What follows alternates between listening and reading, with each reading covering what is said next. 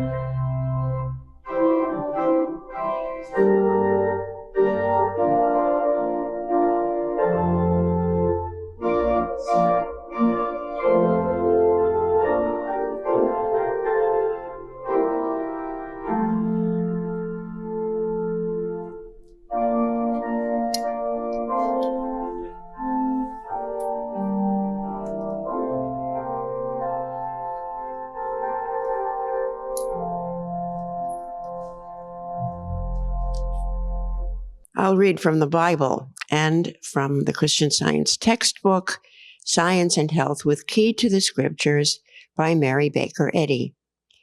The subject of this evening's readings is integrity. The Bible, Psalms. The earth is the Lord's and the fullness thereof, the world and they that dwell therein.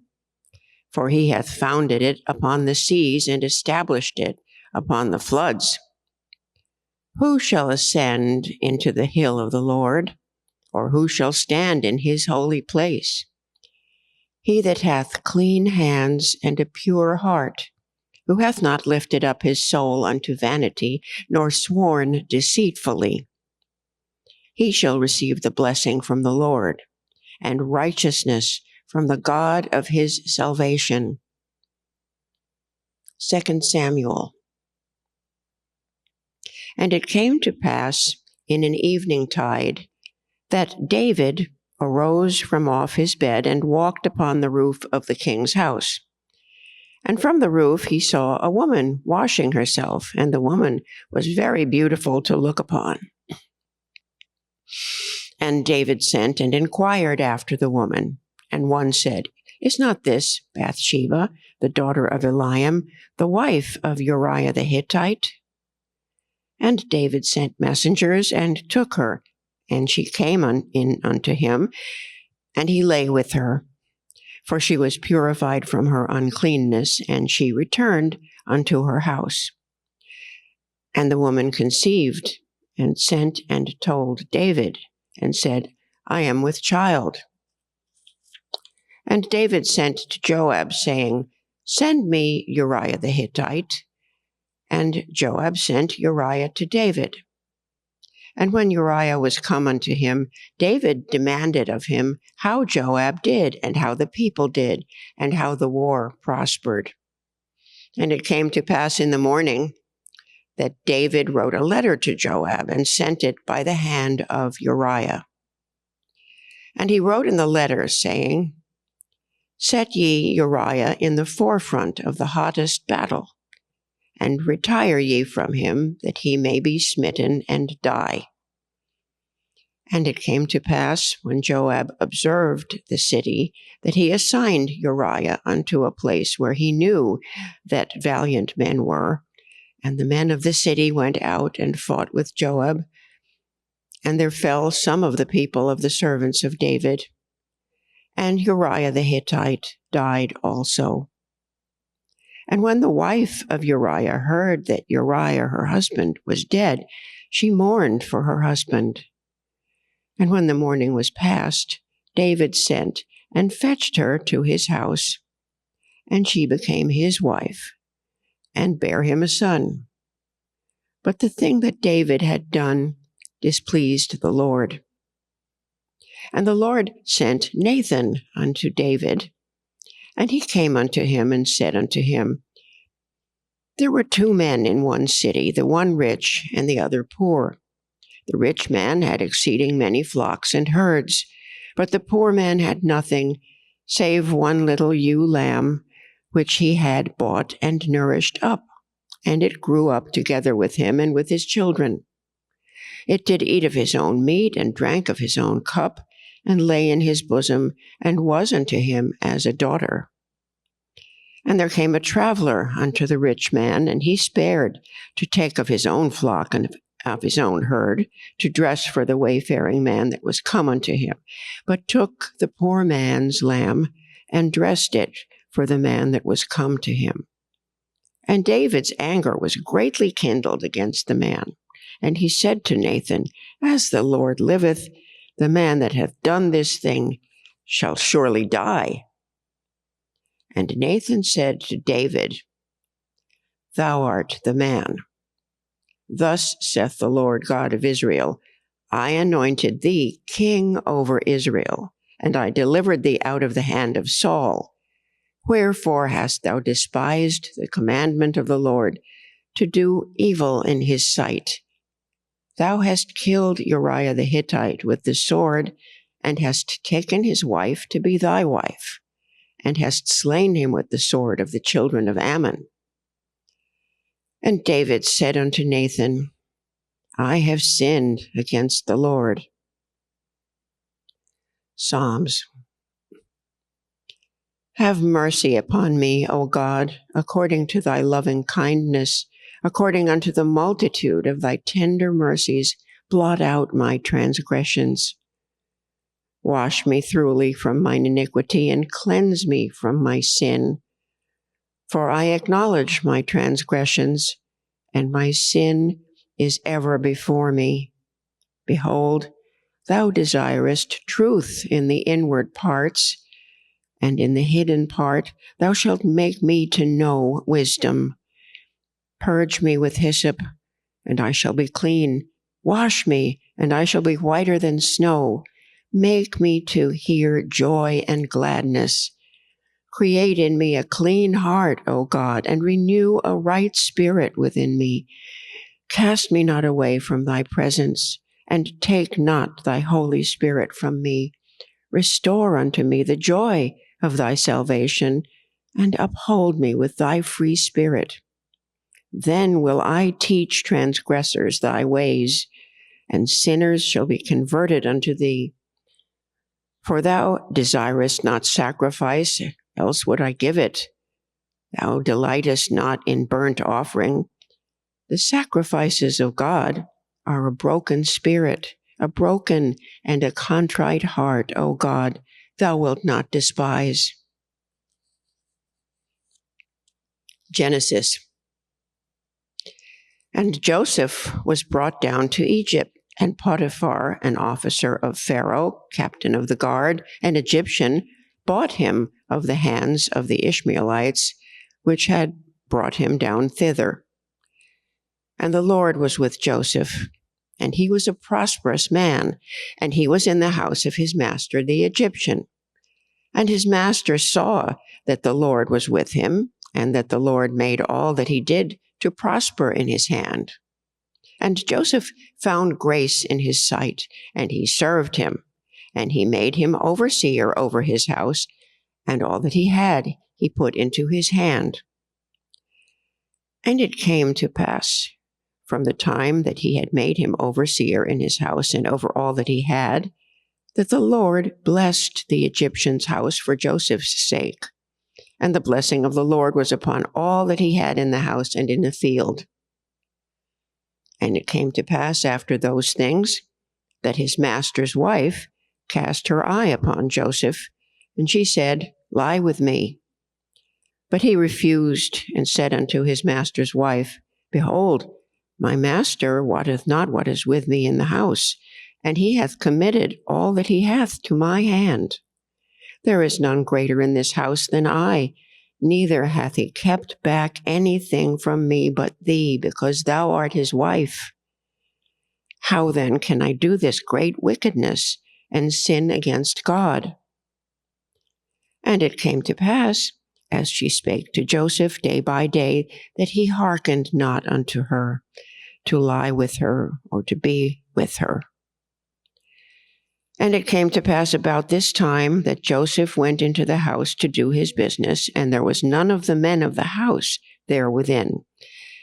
And she caught him by his garment, saying, Lie with me. And he left his garment in her hand and fled, and got him out. And it came to pass when she saw that he had left his garment in her hand and was fled forth, that she laid up his garment by her until his Lord came home.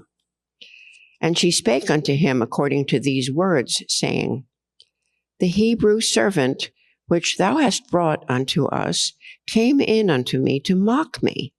And it came to pass, as I lifted up my voice and cried, that he left his garment with me and fled out. And it came to pass, when his master heard the words of his wife, which she spake unto him, saying, After this manner did thy servant to me, that his wrath was kindled. And Joseph's master took him and put him into the prison, a place where the king's prisoners were bound, and he was there in the prison. But the Lord was with Joseph, and showed him mercy, and gave him favor in the sight of the keeper of the prison. And the keeper of the prison committed to Joseph's hand all the prisoners that were in the prison, and whatsoever they did there, he was the doer of it. The keeper of the prison looked not to anything that was under his hand, because the Lord was with him, and that which he did, the Lord made it to prosper. Matthew. Then came to Jesus scribes and Pharisees which were of Jerusalem, saying, Ye hypocrites, well did Isaiah prophesy of you, saying, This people draweth nigh unto me with their mouth, and honor me with their lips, but their heart is far from me. And he called the multitude, and said unto them, Hear and understand. Not that which goeth into the mouth defileth a man, but that which cometh out of the mouth, this defileth a man. Then came his disciples and said unto him, Knowest thou that the Pharisees were offended after they heard this saying? But he answered and said, Every plant which my heavenly Father hath not planted shall be rooted up. Let them alone. They be blind leaders of the blind. And if the blind lead the blind, both shall fall into the ditch.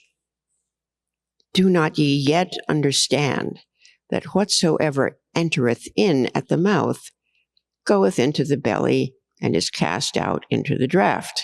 But those things which proceed out of the mouth come forth from the heart, and they defile the man.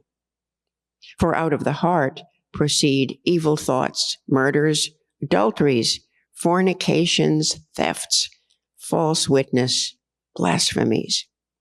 These are the things which defile a man, but to eat with unwashen hands defileth not a man.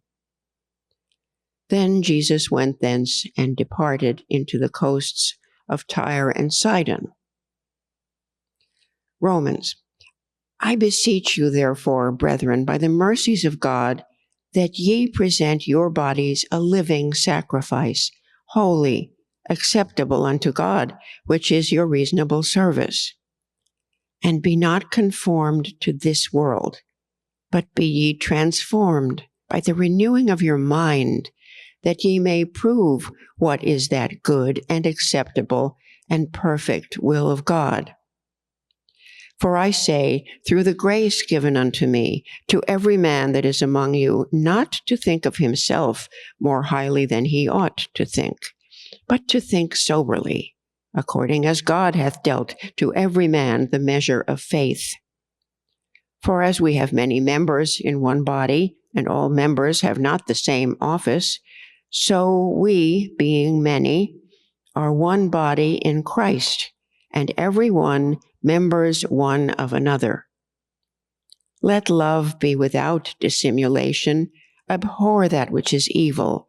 Cleave to that which is good. Bless them which persecute you. Bless and curse not. Be of the same mind one toward another. Be not wise in your own conceits. Provide things honest in the sight of all men. If it be possible, as much as lieth in you, live peaceably with all men. I'll now read correlative passages from the Christian Science textbook, Science and Health with Key to the Scriptures, by Mary Baker Eddy. We never need to despair of an honest heart, but there is little hope for those who come only spasmodically face to face with their wickedness, and then seek to hide it. If a man, though apparently fervent and prayerful, is impure and therefore insincere, what must be the comment upon him? If he reached the loftiness of his prayer, there would be no occasion for comment. If we feel the aspiration, humility, gratitude, and love which our words express, this God accepts. And it is wise not to try to deceive ourselves or others, for there is nothing covered that shall not be revealed. Professions and audible prayers are like charity in one respect. They cover the multitude of sins. Praying for humility with whatever fervency of expression does not always mean a desire for it. If we turn away from the poor, we are not ready to receive the reward of him who blesses the poor. We confess to having a very wicked heart and ask that it may be laid bare before us. But do we not already know more of this heart than we are willing to have our neighbor see? We should examine ourselves and learn what is the affection and purpose of the heart, for in this way only can we learn what we honestly are. The test of all prayer lies in the answer to these questions. Do we love our neighbor better because of this asking? Do we pursue the old selfishness, satisfied with having prayed for something better, though we give no evidence of the sincerity of our requests by living consistently with our prayer? If selfishness has given place to kindness, we shall regard our neighbor unselfishly. Excuse me. And bless them that curse us. But we shall never meet this great duty simply by asking that it may be done. There is a cross to be taken up before we can enjoy the fruition of our hope and faith. What a pitiful sight is malice, finding pleasure in revenge. Evil is sometimes a man's highest conception of right, until his grasp on good grows stronger. Then he loses pleasure in wickedness, and it becomes his torment. The way to escape the misery of sin is to cease sinning. There is no other way. Fear of punishment never made man truly honest. Moral courage is requisite to meet the wrong and to proclaim the right. But how shall we reform the man who has more animal than moral courage, and who has not the true idea of good? Through human consciousness, convince the mortal of his mistake in seeking material means for gaining happiness. Reason is the most active human faculty. Let that inform the sentiments and awaken the man's dormant sense of moral obligation. And by degrees, he will learn the nothingness of his pleasures, of the pleasures of human sense, and the grandeur and bliss of a spiritual sense, which silences the material or corporeal. Then he not only will be saved, but is saved. The less that is said of physical structure and laws, and the more that is thought and said about moral and spiritual law, the higher will be the standard of living, and the farther mortals will be removed from imbecility or disease. We should master fear instead of cultivating it.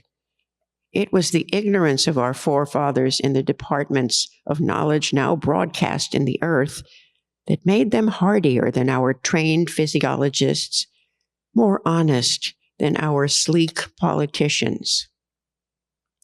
Take away wealth, fame, and social organizations, which weigh not one jot in the balance of God, and we get clearer views of principle. Break up cliques, level wealth with honesty. Let worth be judged according to wisdom, and we get better views of humanity. The wicked man is not the ruler of his upright neighbor. Let it be understood that success in error is defeat in truth. The watchword of Christian Science is scriptural. Let the wicked man forsake his way, and the unrighteous man his thoughts. To ascertain our progress, we must learn where our affections are placed, and whom we acknowledge and obey as God. If divine love is becoming nearer, dearer, and more real to us. Matter is then submitting to spirit. The objects we pursue and the spirit we manifest reveal our standpoint and show what we are winning. Evasion of truth cripples integrity and casts thee down from the pinnacle. The spiritual sense of truth must be gained before truth can be understood.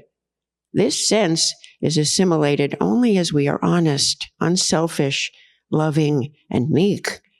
In the soil of an honest and good heart, the seed must be sown, else it beareth not much fruit, for the swinish element in human nature uproots it. The truth is the center of all religion. It commands sure entrance into the realm of love.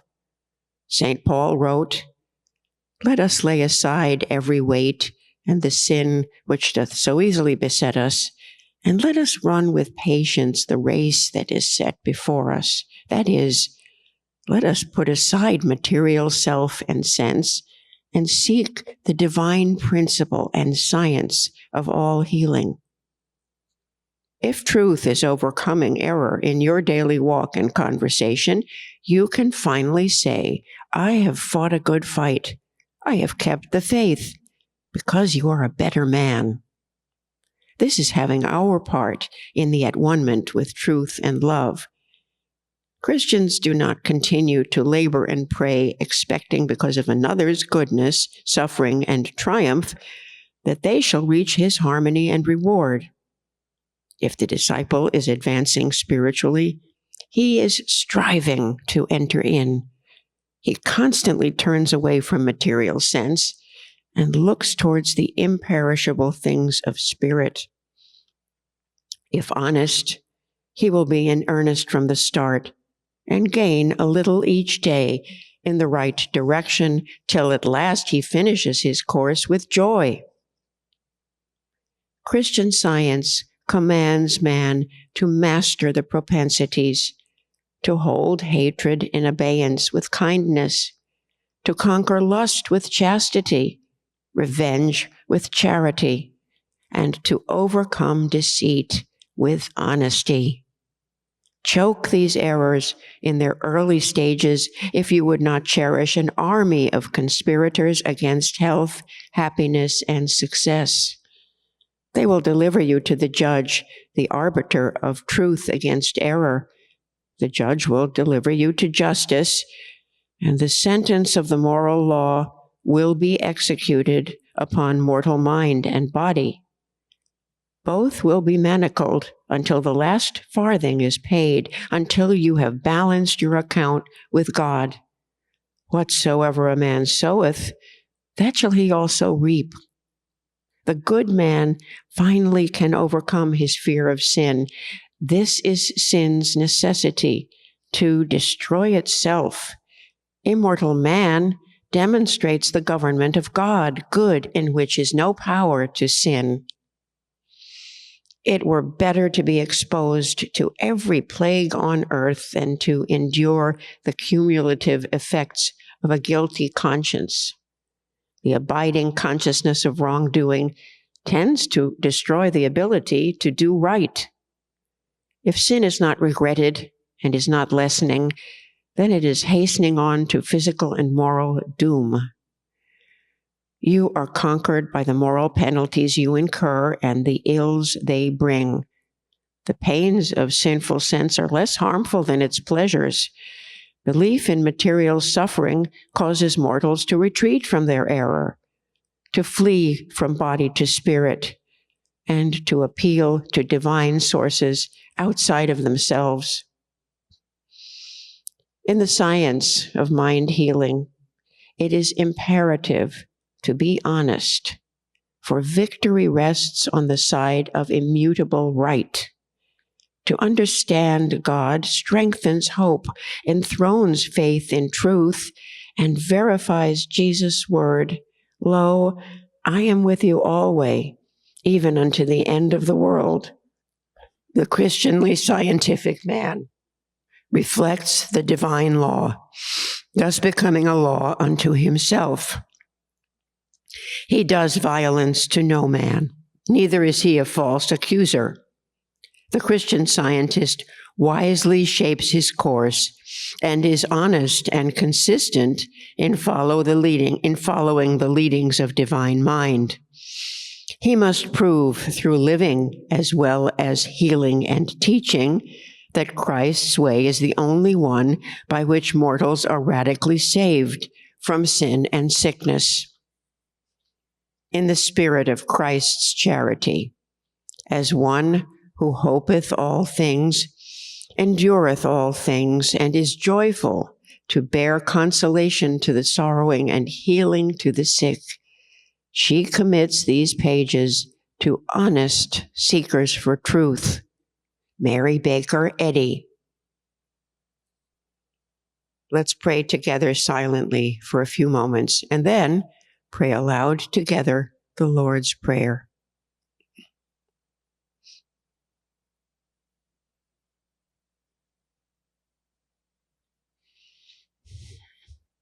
Our Father, which art in heaven, hallowed be thy name. Thy kingdom come. Thy will be done in earth as it is in heaven. Give us this day our daily bread, and forgive us our debts as we forgive our debtors. And lead us not into temptation, but deliver us from evil. For thine is the kingdom, and the power, and the glory, forever. Let's sing hymn number 382. Thou art truth's, the second verse, thou art truth's honest child, of pure and sinless heart. Thou treadest undefiled in Christly paths apart. Number 382.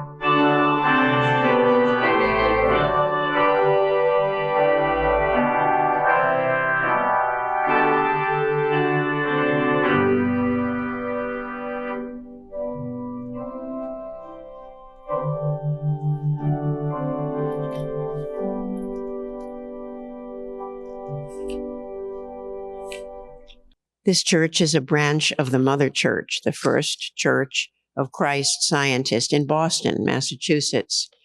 We hold Sunday services at 11 a.m. and Wednesday testimony meetings at 7:30 p.m. We also have services in Spanish, Sundays at 12 noon and Wednesdays at 6:30 p.m. All services are held in person and online, and all are welcome. Third Church offers Sunday school classes in person and online for children and teens. These free one-hour classes are available each Sunday. At Sunday school, students learn how much God loves them and cares for them. They also learn about the Bible characters in lessons and the healing power of prayer. For more information on times and classes, please send us an email, thirdchurch@thirdchurchnyc.com. Replays in English and Spanish are available of this church's Christmas Eve talk by Bobby Lewis, a Christian Science practitioner, on the topic, Make Room at the Inn. Please visit our website, thirdchurchnyc.com. Other inspirational talks are also available on the website. This meeting is now open for all to share experiences of healing and spiritual insights that prove God's ever-presence and power in their lives. If you're listening by telephone and would like to speak, press *6 and wait until your line is unmuted. Please speak directly into the microphone of your phone. Your message will be easier to hear if you do not use the speaker function.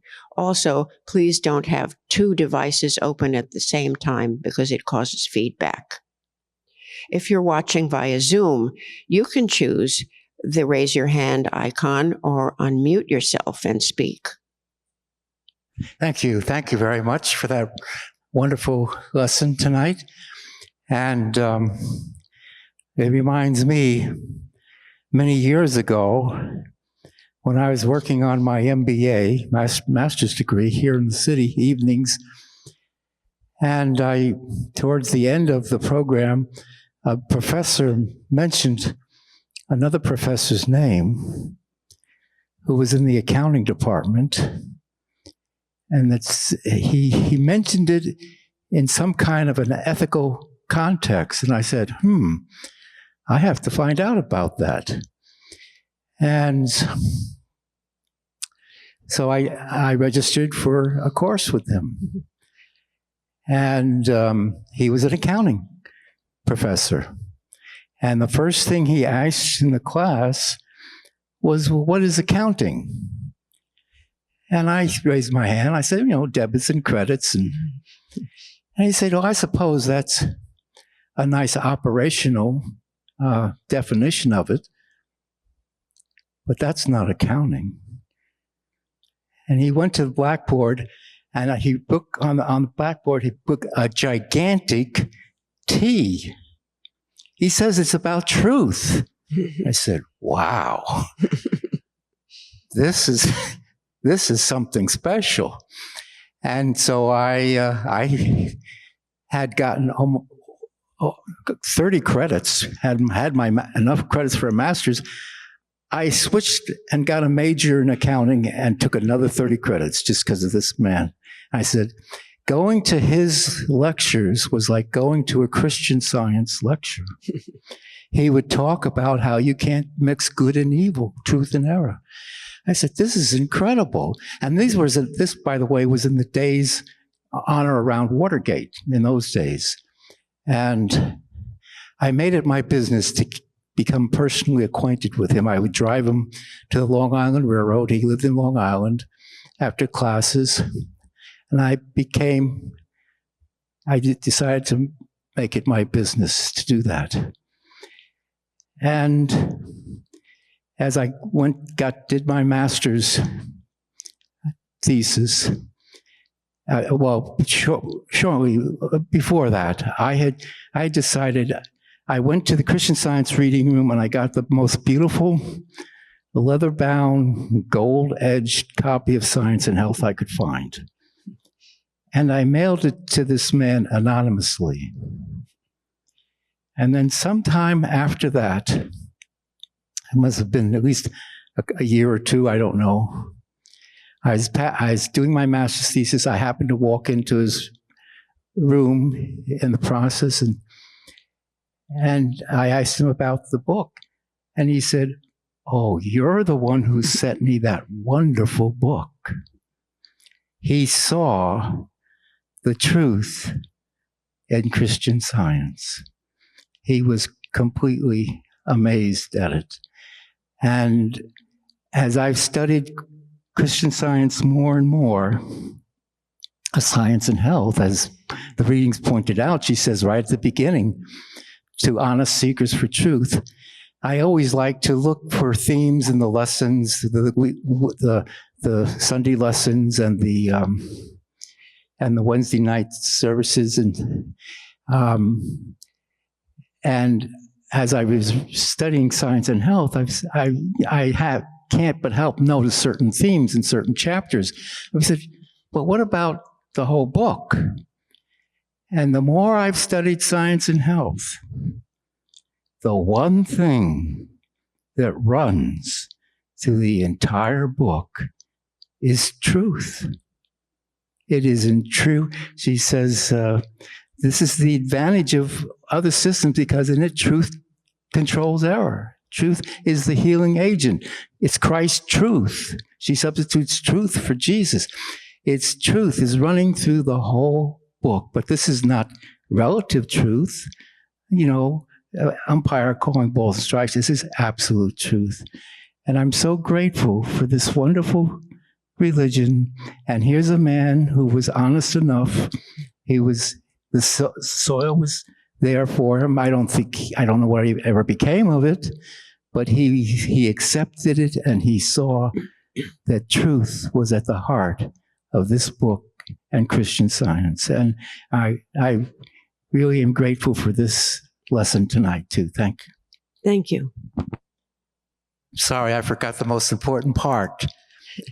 As I said, this was during the days of Watergate, and he wrote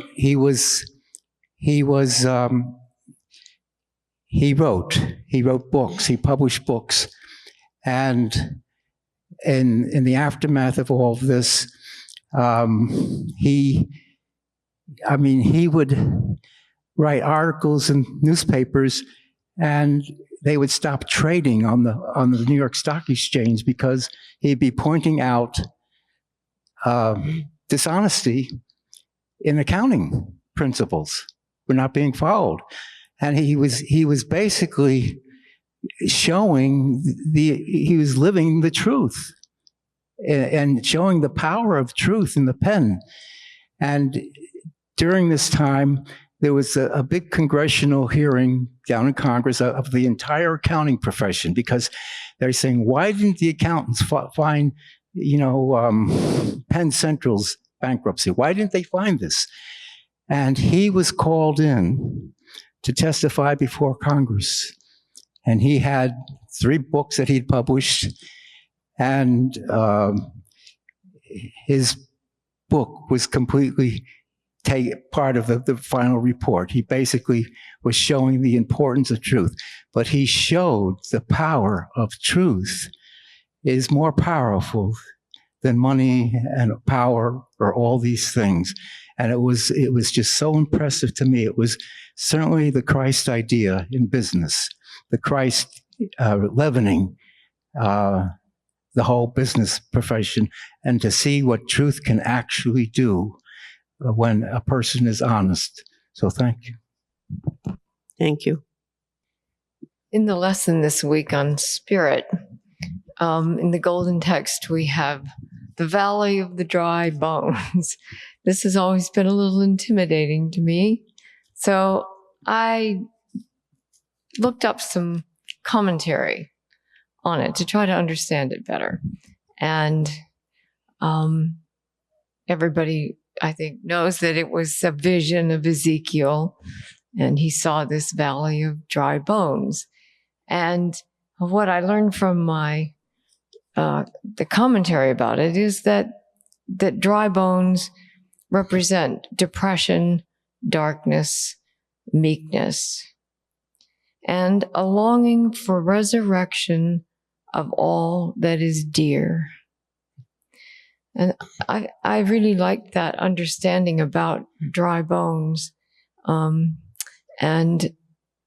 in another commentary, I found the writer, an early worker, William Mackenzie. He wrote a lot of pieces for the periodicals, and he wrote something about this in the 1918 Sentinel, and that is important to me because in 1918, the people that were coming into Christian Science were probably coming from some other religion, were probably coming from desperation, These were the early days of the movement. And one of the things he wrote about this incident, that a questioner who was, I guess, in the presence of some workers in Christian Science, and he asked concerning a group of these workers, whence came they? And the questioner seemed to have had in mind, where physically, the locality or their occupation.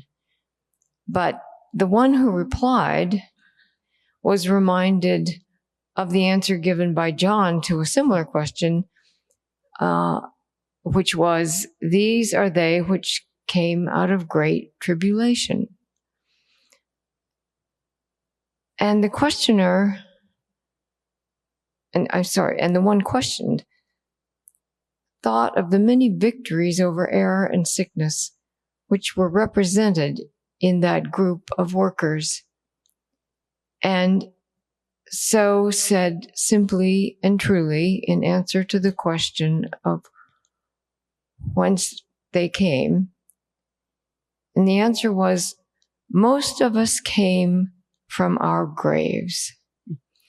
And that's the tie-in with Ezekiel's vision of the dry bones and what he said at the end of it, which was in the golden text, that the quote is, and ye shall know that I am the Lord when thou have opened your graves, when I have opened your graves, O my people, and brought you up out of your graves. And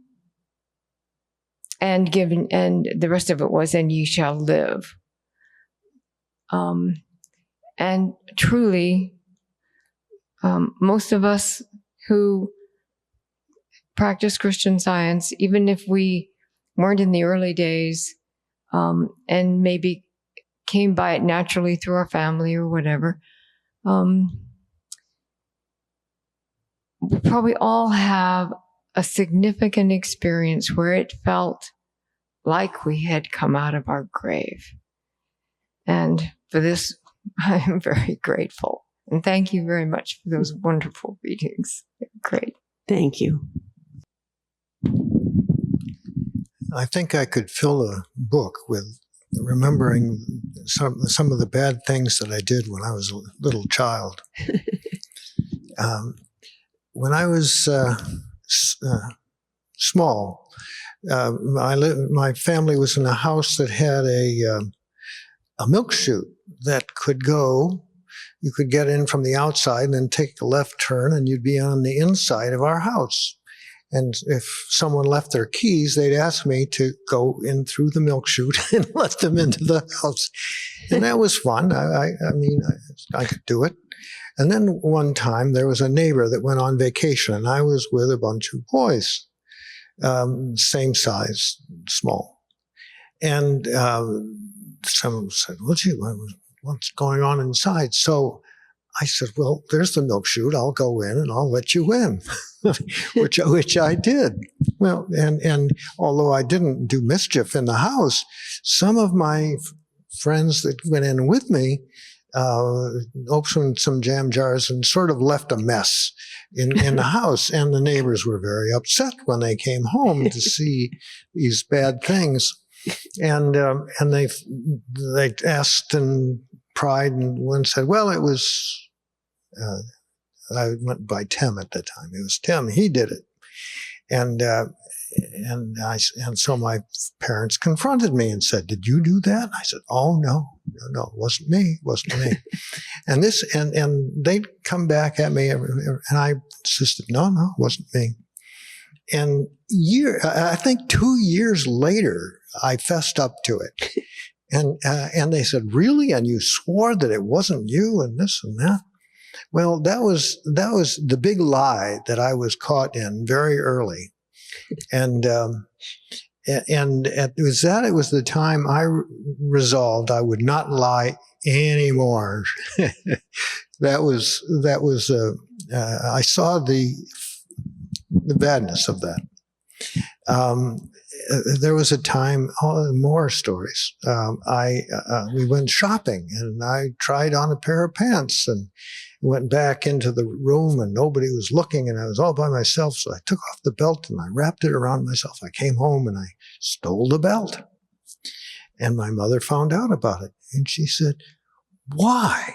Why did you do that?" And she made me go back and give it back and apologize, and then she'd have a conversation with me, and she says, "How much is your integrity worth?" And I was old enough, I guess, to know what that word meant. She says, "Is it $5? Would you sell your integrity for $20? I mean, what's it worth?" And of course, the answer to that was that there was no price that was worth your integrity. And later, people in professions are held to certain standards, ethical standards, which must be upheld, or at the penalty of losing the license to practice the profession.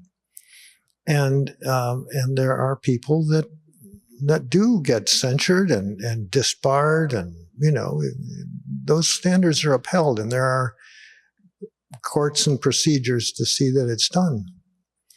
But that's just the human element of calling, losing the license is another way of saying to compromise one's integrity. And there is resolve not to lose integrity, and to speak the truth and not lie. I mean, I've known professionals that have gotten in trouble. Once there was this is a sort of a famous one. Once there was a woman that passed, and they pulled out the will, and they found that it was never signed. And the persons who were responsible for getting that will signed, and who now had, this significant estate that was going to go a different way, felt very responsible. And so they made a pact and they signed the name and probated the will. Later, it came out what they had done, and they lost their license big time. They were disbarred. And there's lots of incidents where people are hired to sell their integrity, to swear to things that aren't true. And it's a fine line that's always walked. Our integrity is always on the line, and there's challenges to it left and right. But I guess it's the foundation of that is to tell the truth, and the truth makes us free, and the opposite is also true. Untruth gets us in lots of trouble, and I'm grateful for the teachings of all Christian, and of course, thou shalt not steal, thou shalt not bear false witness, and thou shalt not commit adultery. All of those are very old rules. They go back, four millennia, or at least 3.5. And they were observed. I think that they were known and observed by other cultures besides the Hebrews back, the descendants of Jacob and Isaac. The Ten Commandments came at the time of the Exodus, Moses, and that's a long time ago. But the idea is still the same, and I'm very grateful for the teaching and that the word is made public, and there's always we read and we publicize the writings, and seek to abide by the truth. Thank you. And thank you all for your testimonies and prayers and remarks and support at this service. Let's conclude with singing hymn number 343. I read the second verse. Thou art the truth. Thy word alone true wisdom doth impart. Thou only canst unfold that truth and purify the heart. Hymn number 343.